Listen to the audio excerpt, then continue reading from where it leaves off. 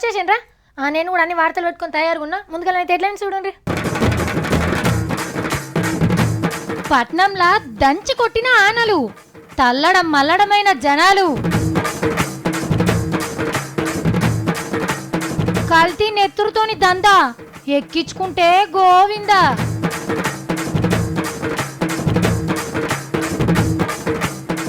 Friendly policing అంటే ఇది, పురాగా తెలిస్తే పోతది మతి.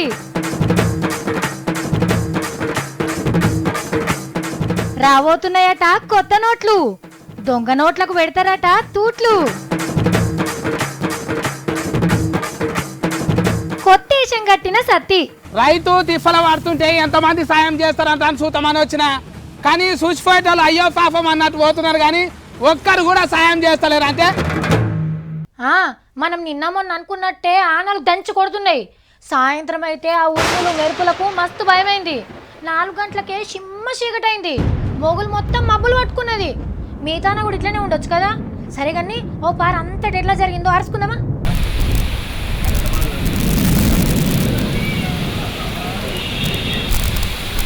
ఓర్ నాయనో, ఏమనిది 10 నిమిషాలే జంపుడు జంపితే పట్నం అంతా ఆగమాగమైంది. గాలి చిన్నగా పెట్టిందా, పెద్ద పెద్ద చెట్లు కూడా 7 కార్కి కూలిపోయినాయి. ఆగో, ఇరిగిపడ్డ చెట్లతోని జనానికి ఎట్లా తిప్పలైతున్నదో.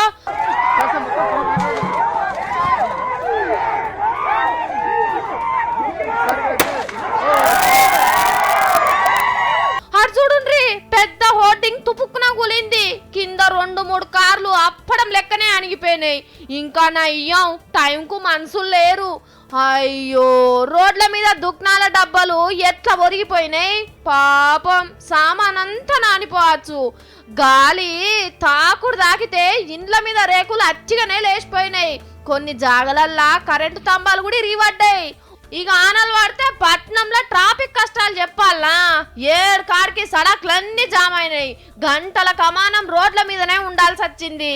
ఏం పట్నమో ఏమో, 10 నిమిషాల ఆనకే పొరక అయింది.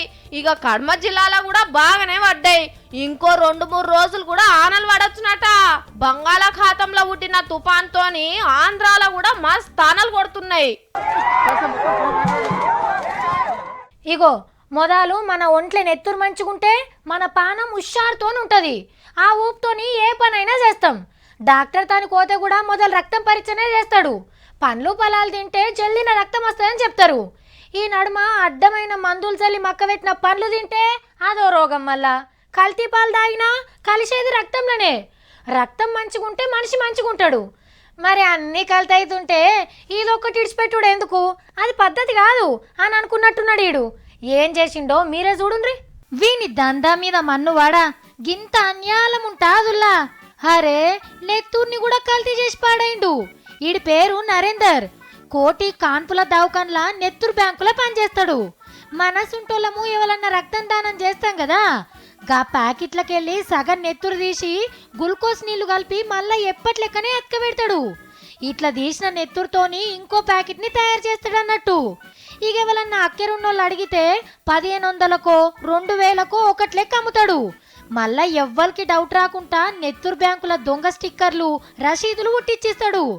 మనిషి నెత్తున్నే మాయం చేస్తున్నోనికి కాయిదాలో లెక్కన. ఇక ఈ కల్తీ రక్తం బాలింతలకో పానాలు బాగలేనోళ్ళకో ఎక్కిస్తే కొత్త రోగాలు పుట్టుడు ఖాయం. ఏడాదికెళ్ళి నడుస్తుందట కల్తీ రక్తం దందా. ఇంకెన్ని రోజులు నడుచుడో గాని జ్వరం వచ్చిందని ఈడు లీవ్ పెడితే ఇంకో పిల్లగాడు కొలువులకెక్కిండట. చూస్తే రక్తం ప్యాకెట్లు సగం సగమే కనబడ్డాయట.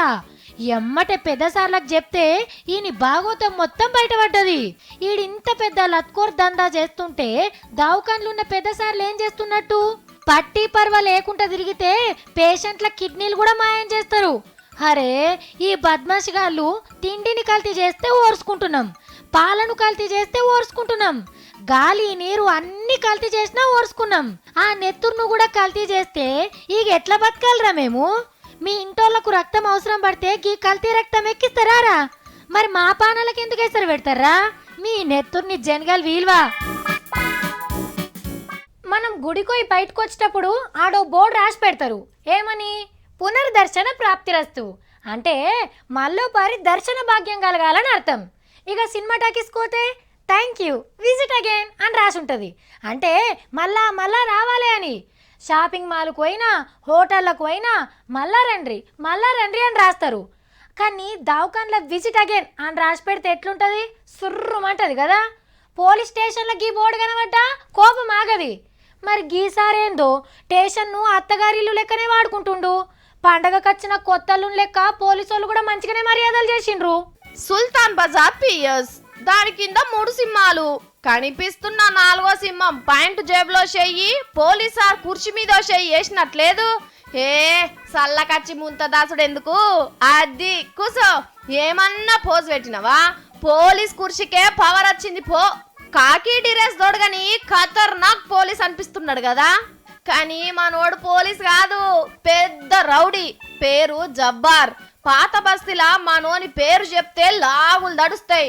మున్పు సుల్తాన్ బజార్ పోలీస్ స్టేషన్ లా సిఐ కొలువు చేసిన శ్రీనివాసరెడ్డి సార్కు జాన్ జబ్బా ఈ జబ్బర్ బాయ్. అందుకే స్టేషన్ ను గబ్బర్ సింగ్ స్టూడియో చేసేసిండ్రు.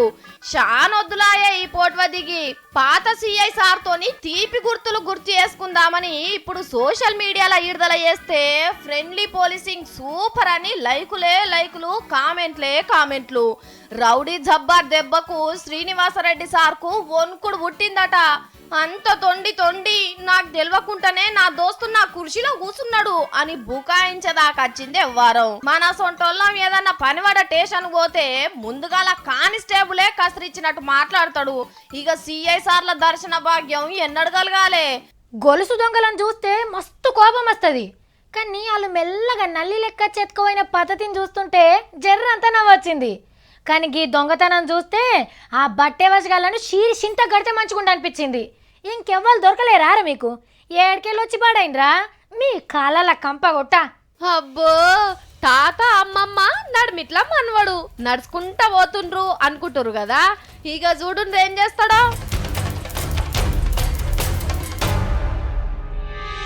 అబ్బా, పట్టుకోపోయి తాతనే కింద పడ్డాడు. దొంగ అని అరుస్తుండ్రు.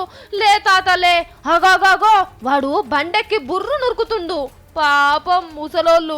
పట్నంలా గాంధీ దవాఖాన వెనకాలుంటారు. దవాఖాన పోయి చూపించుకొని అత్త అంటే పని శాతగాని బట్టవాజిగాడు నల్లి కుట్లోని లెక్క వెనకమర్లొచ్చి ముసలమ్మ మెడలకెళ్ళి బంగారు గొలుసు గుంజిండు. అమ్మమ్మ గొలుసులు గట్టిగా పట్టుకునే వరకు చిన్న గొలుసు ఒక్కటే దొరికింది వానికి.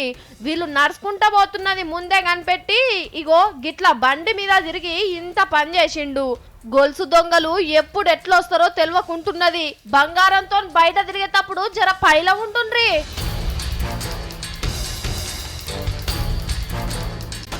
మన యాదాద్రి నరసన్న గుడిని మార్చేస్తున్నారు కదా. మొన్ననే చెప్పినాం దేవుణ్ణి తీసుకుపోయి ఇంకో తన నిలబెట్టిండ్రని. పోయిన భక్తులు కూడా కొత్త గుళ్ళనే దర్శనం చేసుకుంటుండ్రు. ఎంతైనా మునుపు లెక్క ఉండదనుకోండి. సరే తిండ్రి. మరి దేవుడు కొత్త గుడిలోకి పోయినాక ఏదో పండగ చేసిండ్రట. అది ఎట్లా జరిగింది? అప్పట్లెక్కన అనిపిస్తుందా లేదా? చలో యాదాద్రి నరసన్న పుట్టినరోజు పండగను 3 రోజులు చేసిండ్రులా. మెట్లోత్సవం అయితే మస్తు సమరం అనిపించింది. ముందుగాల మెట్లకు బొట్లు పెట్టి దీపాలు ముట్టించిండ్రు. వెనకసిరి గుట్ట కింద షురువు చేసి డాన్సులు చేసుకుంటా మీ దాకా పోయిండ్రు. ఆగకుండా మీదికి పోతూనే ఉన్నారు. ఆగో ఎంత ముద్దుగా చేస్తుండ్రో చూడుండ్రి. అయితేనే కాళ్ళు గుంజి అమ్మో అని జరసేపు కూలబడతాం. గసొంటిది గీ బుజ్జమ్మలు భరతనాట్యం చేసుకుంటేనే మెట్లెక్కిండ్రంటే మస్తు గిరేట్ కదా. ఏంగా తిండ్రి, నరసన్న మీ మీద నజరేస్తాడు గన్ని. మీదికి ఓంగనే మనిషికిన్ని కొబ్బరి నీళ్ళు తాగి పులిహోరనో దద్దోజనమో తినుండ్రు బుజ్జి ముందుగాల. ఇక మునుపంటే గుడి లోపట పూజలు చేద్దురు. దేవుడిప్పుడు బాలాలయంలో ఉన్నాడు కాబట్టి ఆన్నే పండగం చేసిండ్రు. ఓయక్కో, కలశాలతో నీళ్లు తెచ్చి నరసన్నకు అభిషేకం చేసిండ్రు. అయ్యో, గాలి దుమారం లేచింది. చుట్టూర పరదలు కడితే అయిపోవు. ఈ ఒక్కపారికి ఎట్లనో చేయండి సాములు. మళ్ళా తాపకు మొత్తం తరికనే మారుతుంది. కానీ ఆఫీస్కి వచ్చేటప్పుడు మావోడు ఇంటికాడ టీవీ చూసుకుంటూనే కూర్చున్నాడు. అరే రారా అంటే పో అక్క నేను వెనక సిరొస్తా అన్నాడు. ఏడు ఇంకా రాకపోయాడు.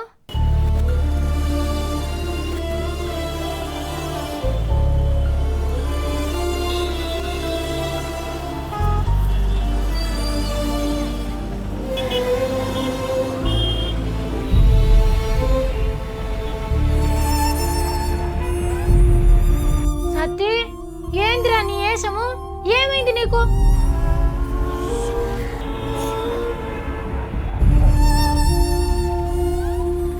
ఎందుకురా గట్ల చేస్తున్నావు? నీకేం కర్మ పట్టింది? అయినా నేను నీకు తిండి మంచిగానే పెడుతున్నా కదా.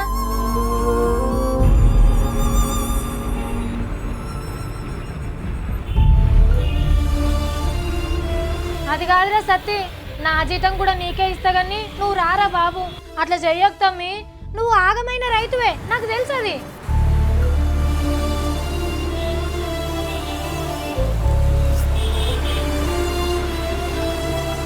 ఆగో ఈడు మళ్ళా చౌరస్తాలకు పోయిండు. అబ్బా ఈయన ఇచ్చేది తీసినట్టే ఉన్నాడు కదా. తమ్మి ఆ నుంచి రారా, నీకు పుణ్యం ఉంటది.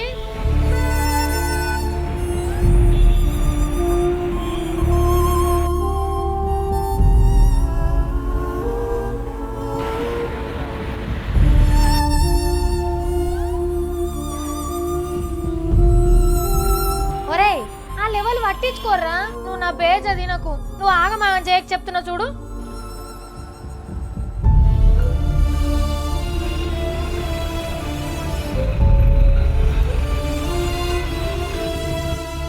అద్దురా బాబా అద్దు, ఇంటికాడ అప్పు కూడా నేనే కడతా గాని నువ్వు ఇట్రా. అందరూ ఊకో అనుకుంటూ పోతున్నారు కానీ ఎవరు రూపాయి పావులు ఇస్తలేరు. భూమి పడవ పడ్డది పనిలేదంటే నేనే నీ కిలేకర్ కొలువు ఇప్పిస్తిని. మళ్ళా గిదేమవుతారని తమ్మి. అన్ని పంటలు పండించే రైతుకే అన్నం కరువు అయింది. ఊరు ఇడిచిపెట్టి పట్టణానికి వస్తున్నారు. వచ్చిండ్రు తమ్మి. అయినా నువ్వెందుకురా గిట్లా చేస్తున్నావు? నీకేమైంది ఇప్పుడు? రైతు తిఫల పడుతుంటే ఎంతమంది ఆదుకుంటారో సూతమంతాను వచ్చినా కానీ అందరూ చూసుకుంటూ అయ్యో పాపం అన్నట్టు పోతున్నారు కానీ ఎవ్వరు ఆదుకుంటలేరు. ఢిల్లీలో ఒక రైతు గిట్లనే కూర్చుంటే కానినోళ్ళే లేరు, ఇక నిన్ను పట్టించుకుంటారు. అన్నం పెట్టే రైతుకి ఆసర కాకుంటే ఇంకెవరికి ఆసర అవుతాడక్క? ఈ పాపం పాడుగాను పబ్లిక్ పోతున్నారు చూసుకుంటా సఫ్ఫురు దాకా.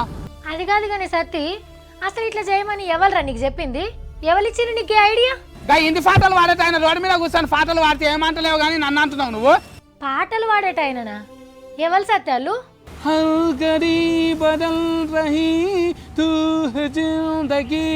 ఈ పాటలు వాడతారు చూడు, సోమలింగం అంటే ఆయన నెత్తి మీద ఎంతకెళ్ళి పెంచుకొని తిరుగుతారు చూడు. ఓ పొడా, సోమలింగం ఆత్మలింగం కాదురా, సోను నిగం. ఆయన పెద్ద సింగర్.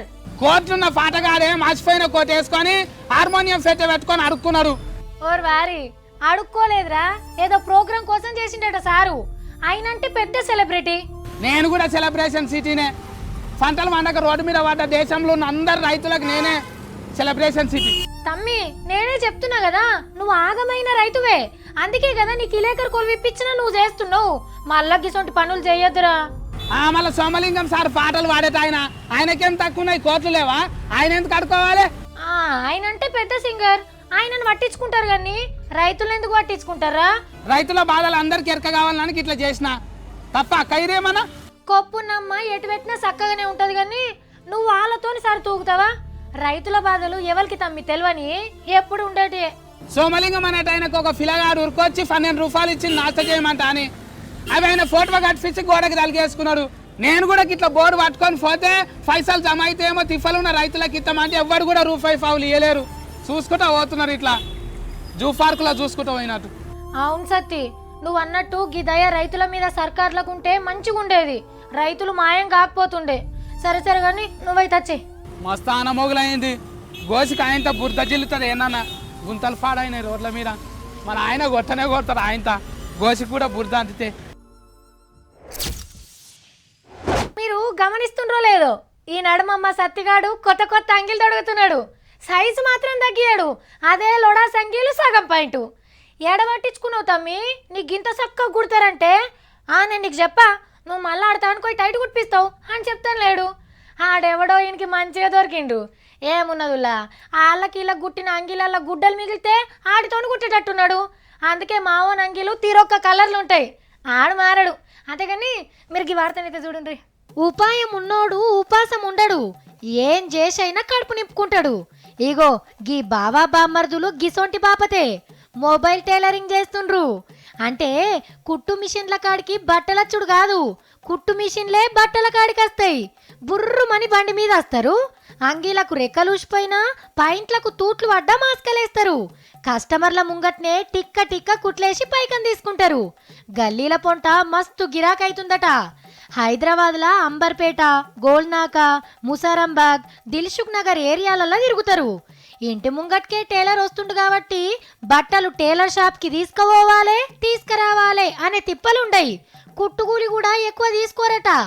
గీ ఇద్దరు పొట్ట చేత పట్టుకొని కర్నూలుకెళ్ళి హైదరాబాద్కి వచ్చి ఆడీడ టైలర్ షాప్లలో పనిచేసిండ్రట. పొద్దాక పనిచేసిన ఇల్లు గడుస్తలేదని ఇగో గీ ఉపాయం చేసిండ్రు. దినం 600-700 ఎటు పోవట. ఓనర్ లేని పని చేసుకున్నంత చేసుకోవచ్చు. పని దొరకలేదని పరిశాన్లా తిరిగేటోళ్ళు పట్నము మస్తు పెద్దగుంది. మీరు కూడా అమీర్పేటో, బేగంపేటనో, సికింద్రాబాదో, షింతల్ బస్తో ఏదో గల్లి చూసుకొని గిసొంటి పని చేసుకొని బతకొచ్చు. నేను ఇంతకు ముందే చెప్పిన కదా, ఒక పోలీస్ సారు రౌడీ సార్ని ఎంత దగ్గరికి తీసుకుండో ఇప్పుడు ఇంకో పోలీస్ సార్ ముచ్చట. ఈయన కూడా చాలా మందిని దగ్గరికి తీసుకున్నాడు. అంటే రౌడీలను దొంగలను కాదు, కళ్ళు లేనోళ్ళను. ఆయన కళ్ళతోని లోకాన్ని చూపియాలి అనే చిన్న ప్రయత్నం చేసిండు. ఆంధ్రాల కర్నూలు జిల్లాల ఎస్పీ కొలువు చేస్తున్న రవికృష్ణ సార్ చేసిన ఈ ప్రయత్నాన్ని నేను తీన్మార్లో చూపించకుండా ఉండలేకపోతున్నా. సారు మీరు కానీ కంటిని దానం చేయి, నీ కళ్ళను దానం చేయి, నీ చూపును దానం చేయి. చేయి చేయి చేయి చేయి చేయి చేయి చేయి చేయి చేయి చేయి చేయి చేయి. ఎవరేమన్నా ఏమనుకున్నా మట్టిలో కలిసే నీ కళ్ళని సమాజానికి ఇచ్చేయి. ఇచ్చేయి ఇచ్చేయి చేయి చేయి చేయి చేయి చేయి చేయి చేయి చేయి చేయి చేయి చేయి చేయి. కన్న తల్లికి జన్మభూమికి నీ కంటిని భరణంగా ఇచ్చేయి. చదువు చెప్పిన బడి పంతులకి అన్నం పెట్టిన రైతన్నలకి నీ కళ్ళని కానుకగా ఇచ్చేయి. ఎవరేమన్నా ఏమనుకున్నా మట్టిలో కలిసే నీ కళ్ళని సమాజానికి ఇచ్చేయి. ఇచ్చేయి ఇచ్చేయి చేయి చేయి చేయి చేయి చేయి చేయి చేయి చేయి చేయి చేయి చేయి చేయి. చోపు తర్వాత చూసేద్దాం, మరణాన్నే జయిద్దాం. చేయి చేయి చేయి చేయి చేయి చేయి చేయి చేయి చేయి చేయి చేయి చేయి. పట్నంలా దంచి కొట్టిన ఆనలు, తల్లడం మల్లడమైన జనాలు,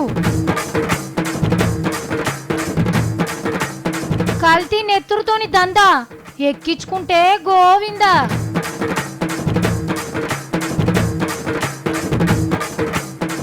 ఫ్రెండ్లీ పోలీసింగ్ అంటే ఇది. పురాగా తెలిస్తే పోతది మతి.